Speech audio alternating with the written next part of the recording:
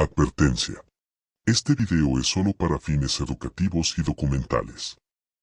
Este video no tiene la intención de incitar ni fomentar comportamientos ilegales de ninguna manera.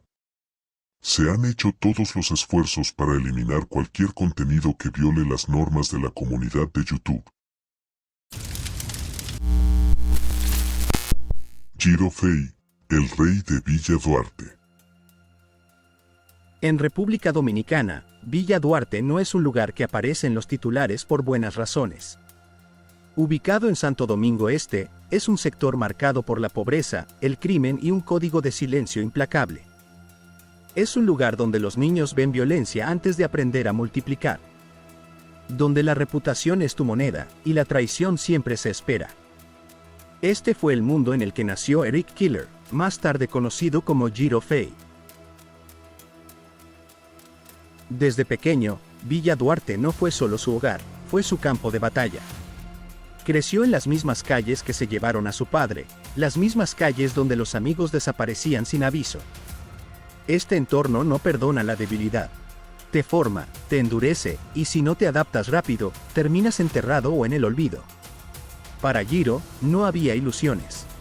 No creció soñando con escenarios. Sus primeros sueños eran llegar a la adultez sin recibir un disparo ni un cargo.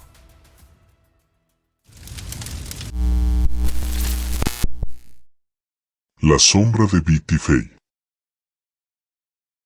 El padre de Jiro era Miguel Ángel Martínez, mejor conocido en las calles, y tras las rejas, como Viti Fey. Un nombre que aún resuena en los patios de las cárceles y en las esquinas del barrio, mucho después de su muerte. En el mundo en que se movía, no era solo conocido, era temido y respetado. Nacido y criado en la calle Victoria, en el sector Villa Duarte de Santo Domingo Este, Viti Fey se metió en el mundo del crimen desde joven y nunca miró atrás. Su historia no era sobre caer en la delincuencia, era sobre dominarla. Construyó una carrera basada en asaltos a mano armada, violencia carcelaria brutal y una habilidad con el cuchillo que lo elevó a un estatus casi mítico. Dentro del sistema penitenciario dominicano, Viti Fey no era un preso cualquiera. Era un operador de poder. Actuaba como un comandante, lideraba facciones, controlaba pasillos y hacía valer su voluntad por medio del miedo y la fuerza. Su reputación con las armas blancas era legendaria. Se decía en voz baja que si te enfrentabas a él con cuchillos, no salías vivo.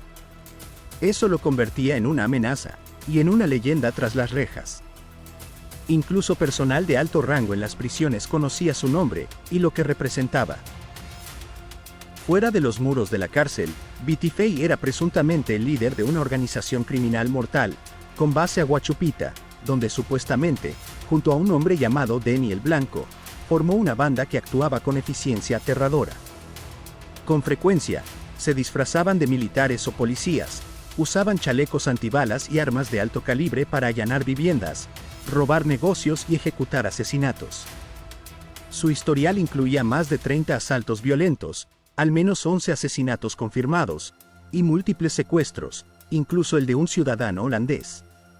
Sus víctimas solían ser civiles adinerados, a veces incluso figuras de alto perfil. El punto de quiebre llegó con el asalto a la repostería Vinicio, una panadería reconocida que atrajo la atención pública y de la policía. Después de eso, Viti Fey se convirtió en prioridad número 1 para las autoridades dominicanas.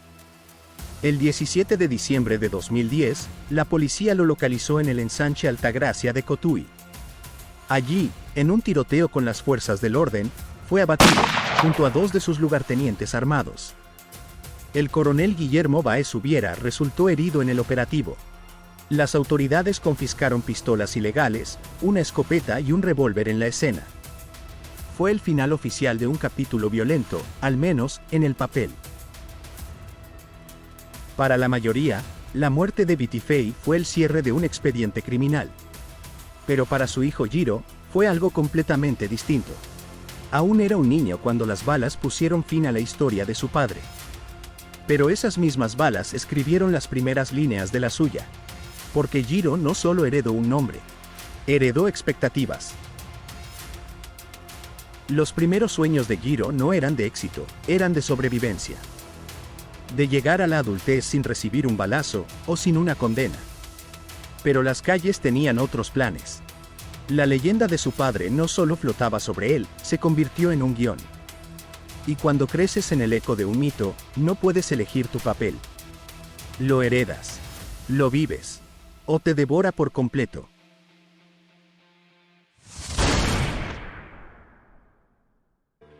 Ok, tú dijiste que, por ejemplo, Vitifei era un rabioso. Claro, Vitifei Háblame de Vitifei. Vitifei era un personaje.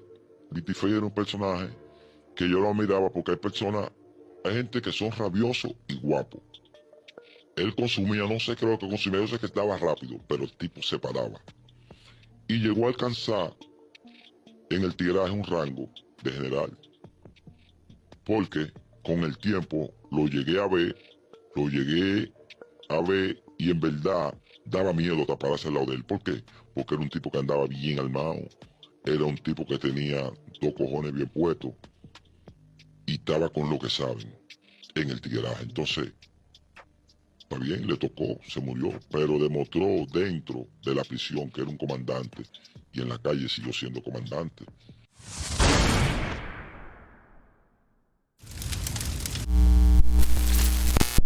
Un criminal, por diseño. Jiro no tropezó con el crimen. Entró sabiendo exactamente a dónde llevaba, porque su padre ya había trazado el camino. Antes de ser legalmente adulto, tenía más de 15 cargos penales registrados: robo, asalto armado, posesión de armas y resistencia al arresto. No solo cometía delitos, los grababa. Varios videos mostraban a Jiro y su grupo, a menudo junto a su mejor amigo Chukito, asaltando a personas a mano armada a plena luz del día. No eran videos musicales. No estaban dramatizados. Eran grabaciones reales, filtradas en línea, algunas utilizadas más tarde por los investigadores. Jiro era conocido en la calle por ser audaz, impredecible y peligroso, pero carismático. Las personas cercanas a él lo describían como acelerado, siempre en movimiento, siempre listo para la violencia, pero nunca escondido. La policía no tenía problemas para encontrarlo. Simplemente no podían atraparlo hasta que fue demasiado tarde. Incluso en medio de este caos, Jiro nunca dejó la música. Era su contradicción: delinquía de noche, grababa letras de día. Pero ni siquiera sus canciones eran escapes, eran extensiones directas de su mentalidad criminal. No había separación entre la calle y el estudio.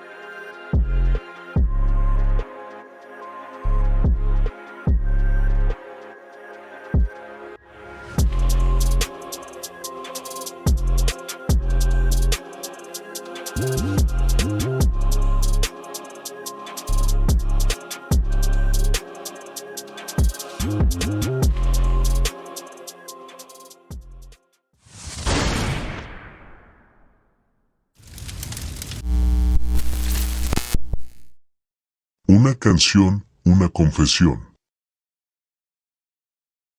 A diferencia de muchos raperos callejeros, Jiro Fei no lanzó un catálogo. Su único tema oficial verificado fue "Me desacaté", y en poco más de 2 minutos, entregó algo más parecido a una confesión que a un éxito. La canción abre con Yo, Jiro Fei, El menor de la mansión de los teteos. Estamos duros desbloqueando los patrones, ya tú sabes de qué se le manda a los tigres. No estaba presentando un personaje. Estaba diciendo quién era, dónde estaba parado y lo que había hecho. Las letras giran hacia un coro repetido. Desacaté, desacaté, desacaté. Una y otra vez. Esa palabra significa perder el control, desatarse por completo, sin frenos, sin reglas. Para Hiro, no era una frase pegajosa. Era instinto. Supervivencia. Era su forma de operar. Hace referencia a la traición, al porte de armas, al miedo a la policía y a la paranoia. ¿Me han querido pisar y yo lo he dejado tirado? Le decía al oyente, han querido pisarme, pero fui yo quien los dejó tirados. No era metáfora. Era literal. El tema no construye hacia un coro. No apunta a los rankings. Son 2 minutos de desahogo mental. No hay metáforas. Solo explosiones de tensión, confesión y advertencias codificadas. Y detrás de cada barra, hay un joven que ha visto su vida cerrarse, rápido.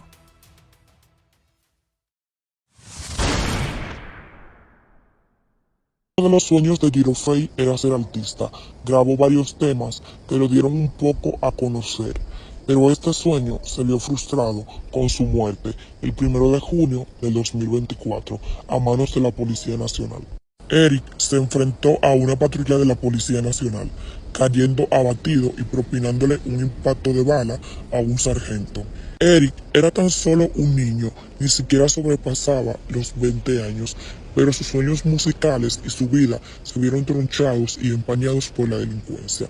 Joven, si tú me estás escuchando, quiero aconsejarte que siempre persigas tu sueño, que nunca te des por vencido, no importa cuál sea el sistema de tu barrio. No importa cuál sea la realidad, persíguelos hasta el final. No dejes que tu vida se apague así de rápido. Lo fácil, fácil se va. Y todo el que ha creído que se va a llevar el mundo, hoy en día es difunto. La calle va a seguir ahí. Recuerda cuántas personas hay en el cementerio y todo ha seguido igual. Te reitero que Dios no está llamando personas limpias ni serias, sino pecadores al arrepentimiento. Si aún tienes vida, puedes cambiar. Arrepiéntete, aún estás a tiempo.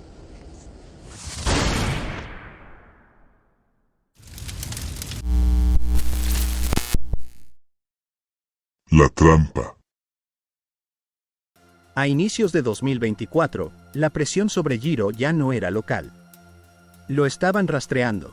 Según inteligencia interna de la policía, su nombre estaba marcado en rojo. Era considerado un reincidente armado, conocido por operar con armas ilegales y gente peligrosa. Pero Jiro no estaba huyendo. De hecho, seguía haciendo contenido, grabando clips, moviéndose sin esconderse. Los amigos notaron un cambio en su energía. Estaba más ansioso. Algunos dicen que lo presentía, que algo no andaba bien. Se corrió el rumor de que alguien cercano había entregado su ubicación. En el mundo de la calle, la traición no viene de enemigos, viene de hermanos. Por eso duele más. Y por eso Jiro siempre advertía que no se debía confiar tan fácilmente.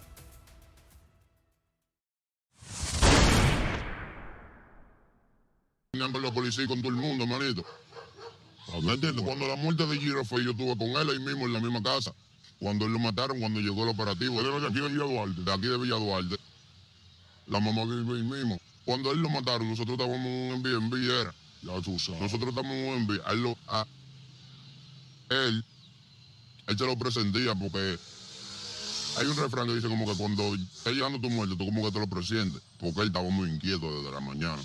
¿Qué pasa? Que cuando llega la noche, él va a la galería. Se sienta, está fumando en la galería, él está muy inquieto. Todavía viene un delivery, ya tú sabes, y él se esconde para que le abran el delivery. Y el delivery lo están atendiendo de la puerta para allá. Sí, él está friqueado. Él para. ¿Qué pasa? Llega una guagua blanca.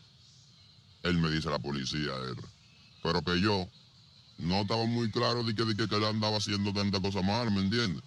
Porque él conmigo estaba chuki en la terrena, pero que lo que estábamos en bandidaje, en cuerería y vaina más para allá. Fiesta. No, porque también, oye, ¿qué es lo que pasa? Cuando el delincuente se junta con un artista, la vida de nosotros es fiesta, rumba, mujer y bebida. Todos los días Todos los días en fiesta. Lo de nosotros eso es muy raro de que nosotros un día chochao.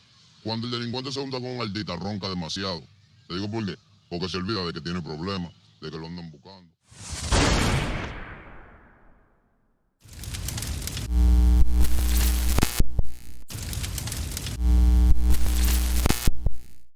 El día en que todo se derrumbó. El 1 de junio de 2024 terminó como muchos lo esperaban, con sangre, traición y silencio. Jiro Fay fue abatido durante un operativo policial realizado por el DICRIM, el brazo investigativo de la Policía Nacional. Pero esto no fue un encuentro fortuito. Fue una misión dirigida, basada en semanas de vigilancia, pistas internas y una orden de arresto pendiente. Número 973-2024, M06814. La versión oficial dice que los agentes encontraron a Jiro en la calle Pimienta, en San Isidro, Santo Domingo Este. Al acercarse, supuestamente abrió fuego con una pistola Thunder 9 mm con el número de serie limado, un arma que portaba de forma ilegal. La policía respondió. El sargento José Miguel Hernández Toribio recibió un disparo en el brazo. Jiro fue impactado varias veces y trasladado al hospital Dr. Darío Contreras, donde fue declarado muerto. Pero lo que no explica el reporte oficial, y que fue dicho por testigos dentro de la casa, pinta una imagen más oscura. Según un allegado que sobrevivió al allanamiento, Jiro lo sintió. Ese día, estaba ansioso, caminando de un lado a otro, sin poder relajarse.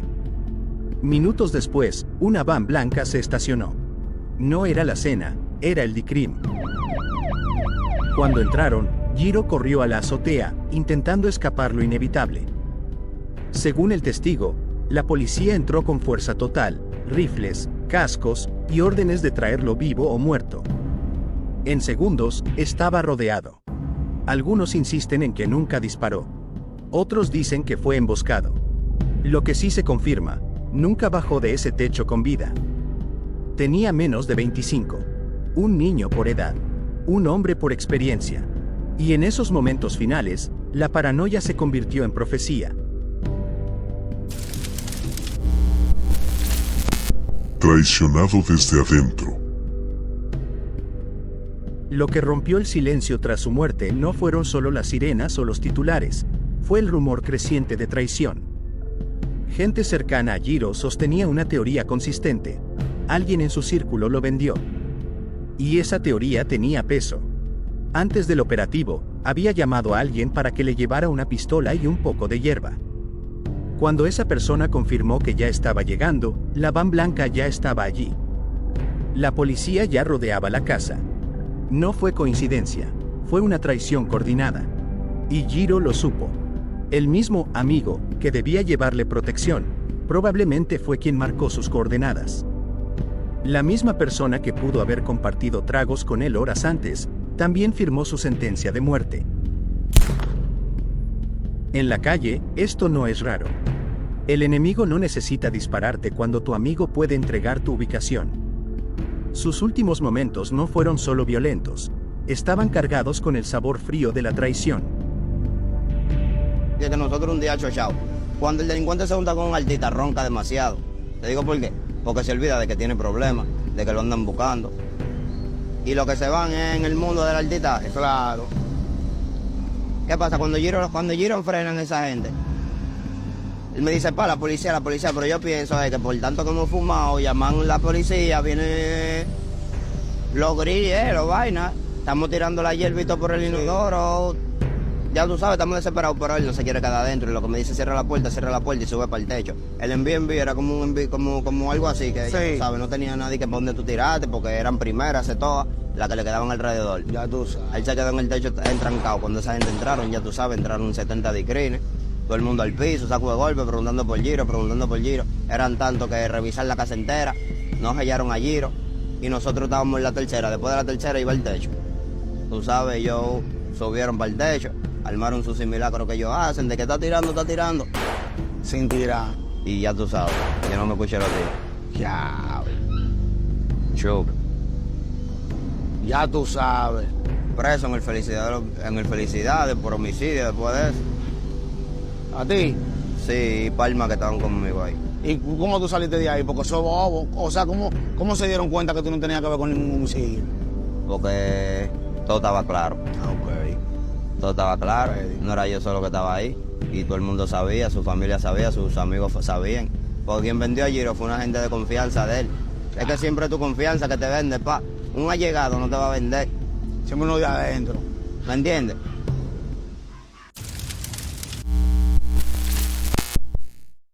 Las 6 estrellas. Antes de la traición, antes de la trampa, antes de que los titulares lo llamaran un delincuente más abatido, existía la hermandad. Giro Fey no se levantó solo. En el bajo mundo de Santo Domingo Este, era parte de algo más grande, un colectivo callejero temido conocido como las 6 estrellas de Villa Faro. Más que una ganga, era una red de lealtad y violencia, formada por jóvenes que crecieron con los bolsillos vacíos y la rabia llena. Juntos, hacían ruido en Villa Duarte, Boca Chica y más allá.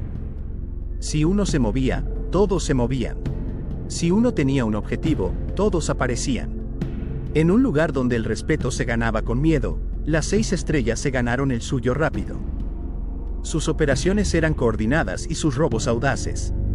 Ya fuera atracando negocios locales o cayéndole a puntos de droga, su reputación crecía con cada acto violento, y también la persecución policial que le seguía. Giro no era un espectador dentro del grupo, estaba en el centro. En muchos sentidos, la calle esperaba que él liderara eventualmente. Tenía el nombre, la sangre y el carisma. Y cuando caminaba con el grupo, no lo hacía para encajar, él ya pertenecía. Pero incluso entre hermanos, la calle enseña una verdad dura. El vínculo solo dura mientras haya dinero, lealtad y silencio.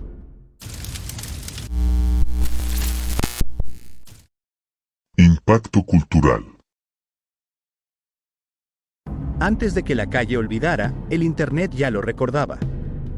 Tras su muerte, Giro Fey dejó de ser solo un nombre susurrado en Santo Domingo Este, se convirtió en una figura analizada, idolatrada, criticada y llorada por igual. En la sección de comentarios de Me Desacaté, muchos dejaron mensajes. Algunos lo maldijeron, otros lo elogiaron. Muchos solo escribieron descansa en paz y siguieron su camino. Pero hubo algo constante, la gente lo recordaba. Para muchos jóvenes dominicanos, especialmente en barrios como Villa Duarte y Villa Faro, Giro representaba algo complejo, un reflejo de su propio entorno. Un joven que no logró salir, pero hizo ruido en su caída.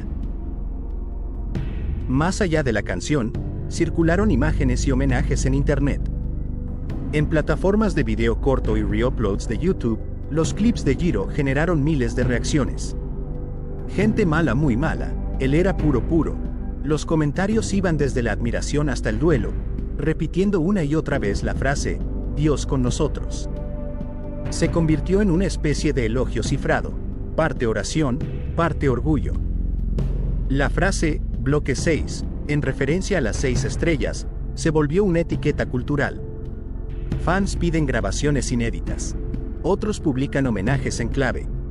Jerga como Rulae, La Para o Para de Para, dominan estos espacios.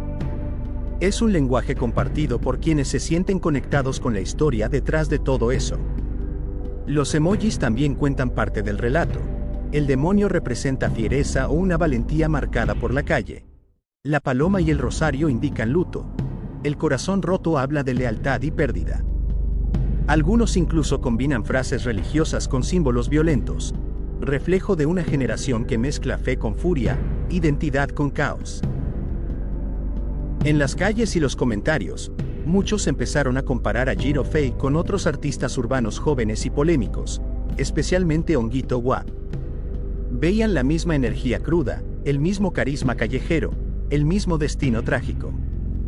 Otros simplemente lo agruparon con esa ola de figuras virales conocidas por vivir rápido, andar duro y dejar un legado digital de música, caos y pérdida. Esto es se la red, hasta la firma en blanco. Ustedes se muriendo más porque no miran. Dejen de hablando mierda que ustedes no son de mi clan. Y cuando le paquetemos, le vamos a hacer el pim pam. Y no se olvide el pan, lo vamos a montar en la van. Lo vamos a desaparecer y lo vamos a tirar por el calabozo ya. A nivel cultural, Jiro pasó a ser parte de una conversación, no sobre fama, sino sobre destino. Su vida dejó preguntas. ¿Qué significa ser real?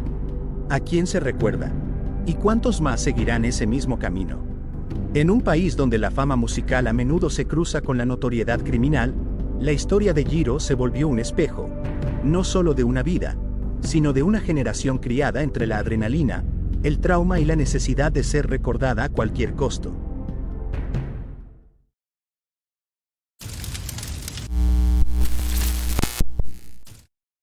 Sin héroes al final. Jiro nunca fue a Disney World, nunca JetBlue, nunca mariscos. Pero fue el rostro de una generación que heredó los pecados de sus padres y los duplicó. Algunos dicen que quería algo más de la vida, que su verdadero sueño era la música, que si hubiera salido de ese mundo, las cosas habrían sido distintas. Pero la verdad es, el sistema nunca le dio esa oportunidad. Para los que sobrevivieron, aún quedan preguntas. ¿Quién delató a quién? ¿Quién corrió primero? ¿Y cuánto de la destrucción fue orquestado desde adentro?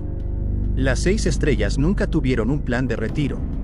Fueron creadas para dinero rápido, miedo rápido y finales rápidos. Su historia no fue una de evolución, fue una de escalada.